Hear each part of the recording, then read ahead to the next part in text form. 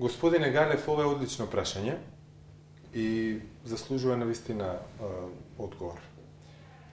Чисто човечки се разбира дека секој сака да има поголема плата или поголема пензија. Значи, од тој аспект дали е нешто успех, секој што ќе добие поголема плата или пензија смета дека тоа е успех за него лично. И оној кој што тоа ќе го овозможи исто така смета дека постигнал успех бидејќи тоа го направил.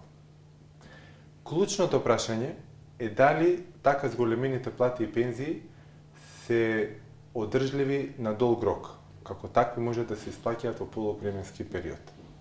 За да биде тоа така, многу е важно да повисоките плати одразуваат подобро работење на оној кој што добива платата.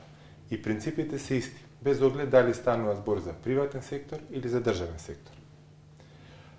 Значи, зголемувањето на платите и пензиите секогаш мора да биде поврзано со нечие подобро работење.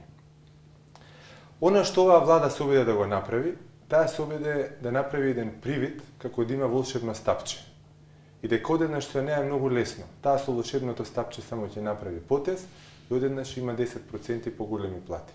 Наредната година повторно со стапчето уште еднаш, повторно уште 10% поголеми плати. За третата година веќе тоа стана проблем. Тоа е само потврда на тоа дека одржливоста и доброто работење се клучната работа. Второ прашање кое што е поврзано со ова е дали буџетарите со повисоките плати и пензионерите со повисоките пензии навистина денеска се побогати, се чувствуваат побогати.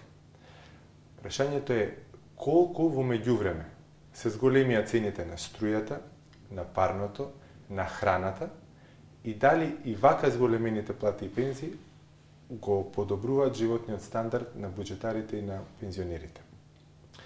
Она што пензионерите особено треба да го имаат предвид. Не е дали се пензиите зголемени или не, туку тоа што сега секој трет денар што фондот за пензиско им го исплаќа на пензионерите, секој трет денар доаѓа од државниот буџет. Значи, за да ги исплати фондот пензиите, треба 1/3 да дојдат пари од државниот буџет. Станува клучно што се случува тогаш во државниот буџет.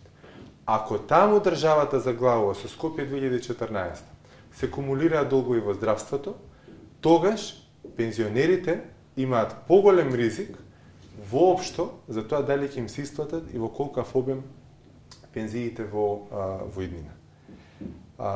Исто така, на крајот, во врска со вашето прашање, вие велите што со реалниот сектор кој што го има се помалку. Тоа е сосема точно. Значи, ние имаме ситуација каде што во оваа година од 10 месеци во 8 индустријското производство се намалува. Имаме ситуација каде што бројот на блокирани сметки достигна 84.000. Тоа е двојно повеќе од што во истиот месец минатата година. Значи, состојбата е прилично тешка. Во такви околности сосема е разбирлива, јас се согласувам со стравот и неизвестноста со која што се соочува секој наш граѓанин.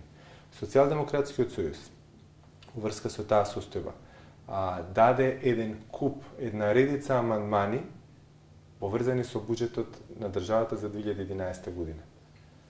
Ниеден од тие амандмани, за жал, владата не ги прифати. Тие амандмани ќе овозможеа посигурна иднина и подобро утре за македонската економија.